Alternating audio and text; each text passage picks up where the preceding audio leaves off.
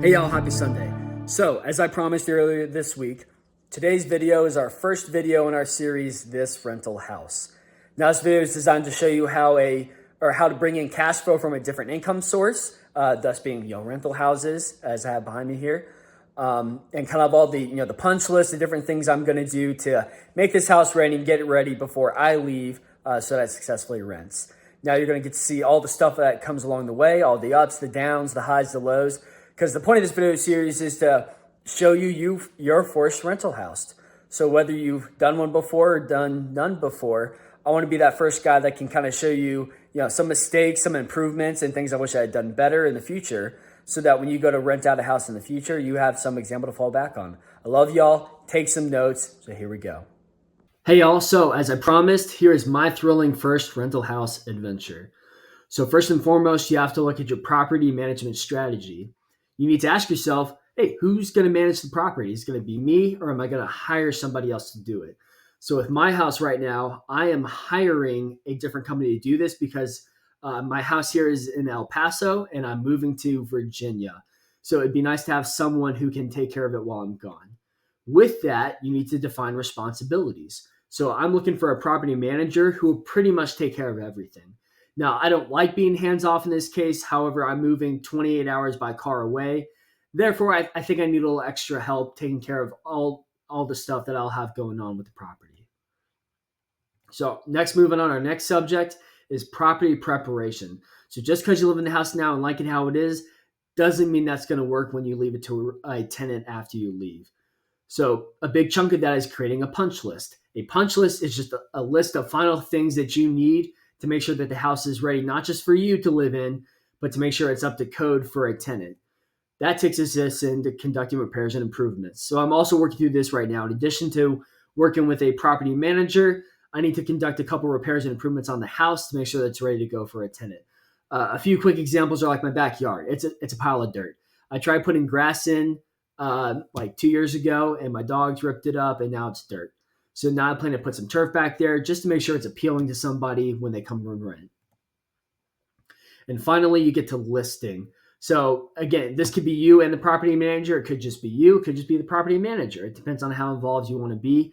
And of course, you'll discuss that in your roles and responsibilities with the property manager.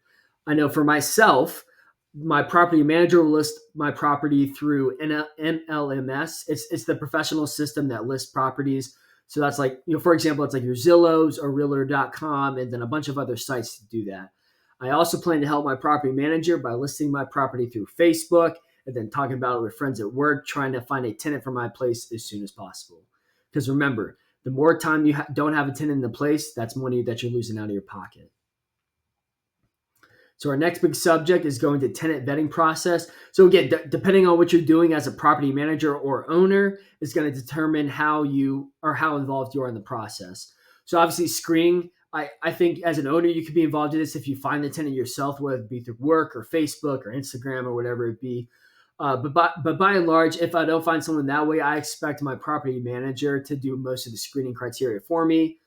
And that includes having an application process and also conducting background checks. So next topic is leasing documentation. So once you find a tenant, they go through the process and seem to be a qualified applicant. They have good credit and stuff like that. Then it's finalizing the agreement, make sure everyone agrees to the terms, and getting them moved in. So that gets to our lease agreement where you discuss through the terms, make sure everyone agrees, and then you'll sign. Again, obviously, if you have a property manager, they'll take care of that. But if you're doing it yourself, make sure either you have a legal help or some sort of help legally speaking to make sure that your lease agreement is enforceable and foremost. Because if you're going to be an owner and a property manager, the last thing you want is that the renter or tenant, last thing you want is to be in like a pro-tenant state, like in California, for example, where they have like squatters' rights, which I don't know what that's all about. But anyway, for those of you who don't know, squatters' rights are where someone can just like move into the house randomly without any agreement and just live there. And because they're a squatter, somehow they think they have rights. California recognizes it. Thank God Texas does it because that's very anti-business and anti-renter. So thankfully I don't have to worry about that. Next is security deposit. So again, if you have a property manager, they'll take care of most of this. But if you were doing it, it's typical to see like a first month's rent as a security deposit. You definitely want to have this because if you don't, you could be basically you'll use your security deposit to pay for any issues you have with the property once the tenant moves out and you find a new one. In the moving procedures, you'll just detail when you can move in, initial inspections that the tenant needs to do when they walk in. Like, for example, if you have a scratch on the wall when the tenant moves in, the tenant doesn't want to pay for that. So they're going to detail that they have that. Now, of course, after they finish detailing it, at the very end, when the tenant moves out, you're going to compare the condition of the house when they move out compared to when they move in. And obviously, whatever discrepancies there are there, you'll use the security deposit to cover the expenses needed to fix those discrepancies. And last but not least, our final category is ongoing management. So, of course, we got our tenant in, we're good to go. Now, okay, what do we do from there? Well, there's rental collection strategies. So, again, you establish this would be in your lease agreement. You establish when the person needs to pay the rent, whether it be through a website or they're going to mail you a check or cash app. It just depends on how you want to do it. For me, my rental or the property management company I'm going through already has a website, so that's already taken care of. Next, property maintenance is important. So really, this is upkeep. This is making sure if your property manager or you is calling a plumber to help fix in the night, you already established with your property manager who's going to do it. So now it's just okay. If something breaks, gotta call them, get the fix, and then as the owner, don't forget, you're the guy that has to put the funds up to fix it. So keep that in mind as well.